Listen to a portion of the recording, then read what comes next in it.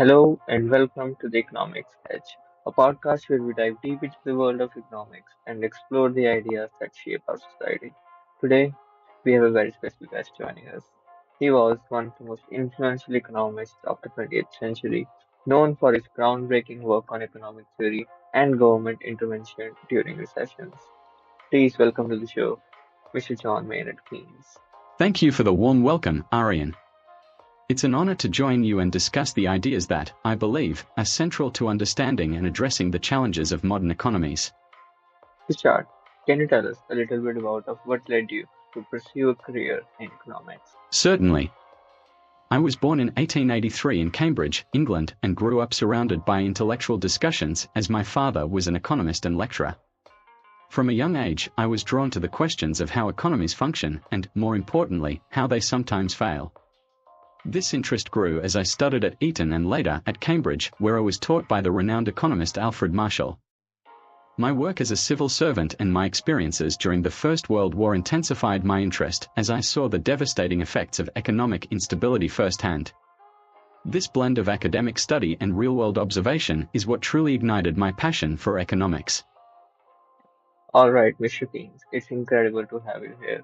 I'm sure you've seen some massive economic challenges over the years. Could you share what some of the biggest ones were? Oh, absolutely, Arian. The first one that really shook me was the aftermath of the First World War. Europe was in pieces economically, and then, at the Treaty of Versailles, Germany was hit with enormous reparations. Being there on behalf of the British Treasury, I felt it was a bad move, almost cruel. I thought, we are setting up a disaster here. I even wrote the economic consequences of the peace about it, arguing that if we drained Germany dry, it wouldn't end well. And as history showed, that pressure helped set the stage for future conflict. That sounds intense. And then the Great Depression hit, right? Exactly. The Depression was on a whole different level. Economies just collapsed. Millions of people lost their jobs, businesses closed, and there seemed to be no end in sight.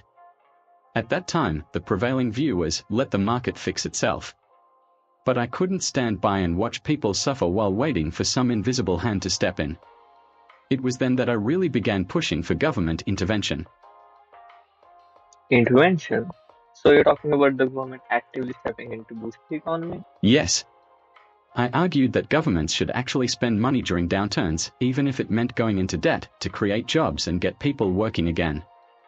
I saw this as a way to boost demand directly, which could kickstart the economy. It was a pretty radical idea at the time, and a lot of economists thought I'd lost the plot. But watching those years of suffering changed my perspective entirely. And that's where your idea of government spending during recessions comes from. Exactly. I believed then, and still do, that sometimes the government is the only one in a position to act. Your ideas were definitely groundbreaking, especially at a time when many were sticking to the old ways of thinking. Did you face any pushback or criticism for your ideas, and how did you handle it? Oh, absolutely. I think anytime you challenge the status quo, you're going to face some resistance. Back then, the dominant economic thought was all about letting markets be free and allowing them to self-correct.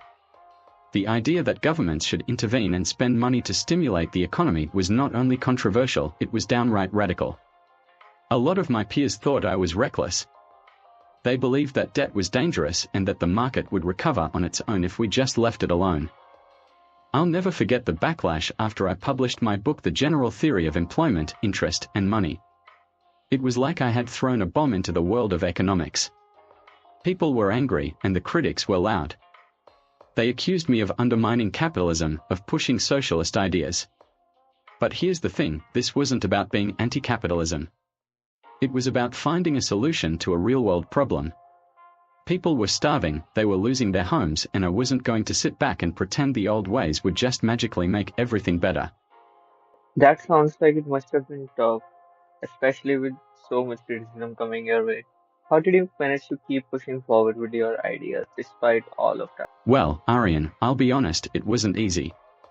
But I always believed in the power of good ideas to eventually win out. I wasn't just theorizing in a vacuum, I was watching real people suffer, and that kept me focused. I also had the support of some important allies, especially during the Great Depression, when my ideas started to gain traction. The fact that they worked, at least in the sense that they helped alleviate the worst of the Depression, made it harder for critics to deny.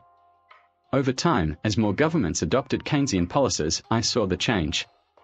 And frankly, that's all the validation I needed.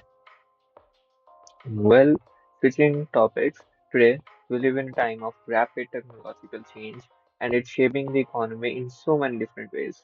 What do you think is the impact of technology on the economy and how do you think it's changed since your time? Technology is a really fascinating topic. Back in my day, the world was just beginning to feel the real impact of industrialization. We were in the midst of the second industrial revolution, and the big shifts were happening with things like mass production, electricity, and new forms of transportation.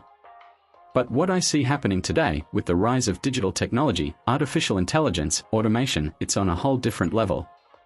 It's not just changing the way goods are produced, it's transforming the very structure of work and economic relationships. Now, technology has certainly made economies more efficient, but it's also introduced new challenges. On the one hand, we see huge gains in productivity and wealth, but on the other, there's the issue of displaced workers and growing inequality. We are seeing industries vanish and workers being replaced by machines in ways that I never could have imagined. It's a bit of a double-edged sword. On one hand, technology boosts the overall economy, but it also creates disruption. This is where the government's role becomes even more important. There's a need for social policies that help people transition into new types of work or retrain them for jobs that didn't exist before. Well, speaking of which, automation and AI are advancing at a rapid pace. How do you see these technologies affecting jobs in the future? Are we looking at a world where jobs will be disappearing, or will new opportunities arise? Automation and AI are already making a significant impact, and they will continue to reshape the economy in ways we can't fully predict. Historically, we've seen technology displace jobs, but it also creates new opportunities. The difference today is the scale and speed at which this transformation is happening.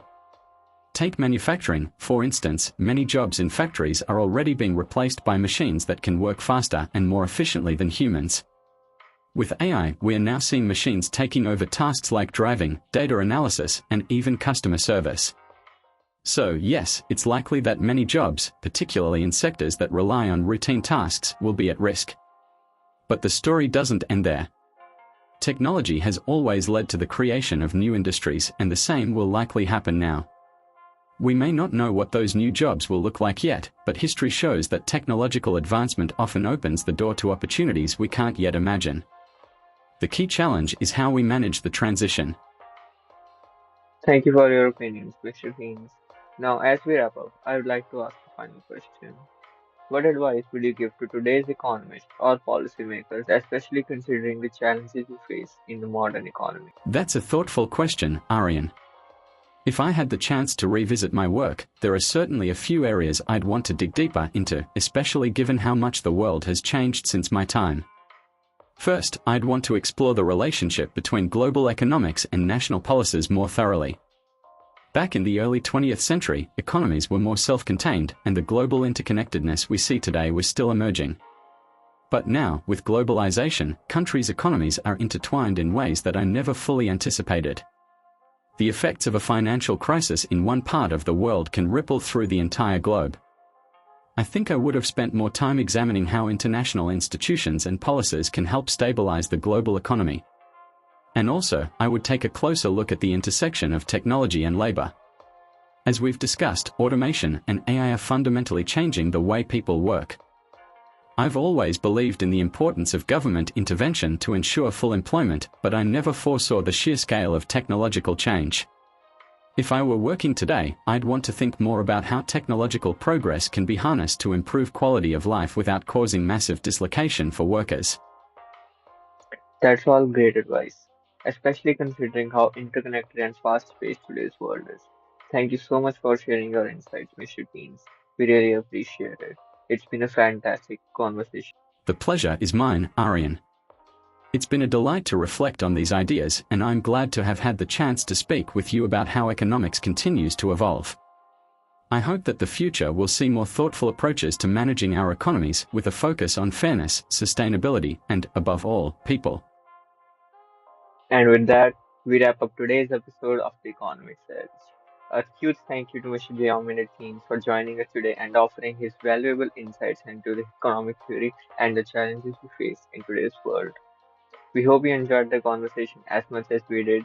If you liked today's episode, be sure to subscribe and stay tuned for more episodes. Until next time, I'm Aaron, and this has been The Economics Edge.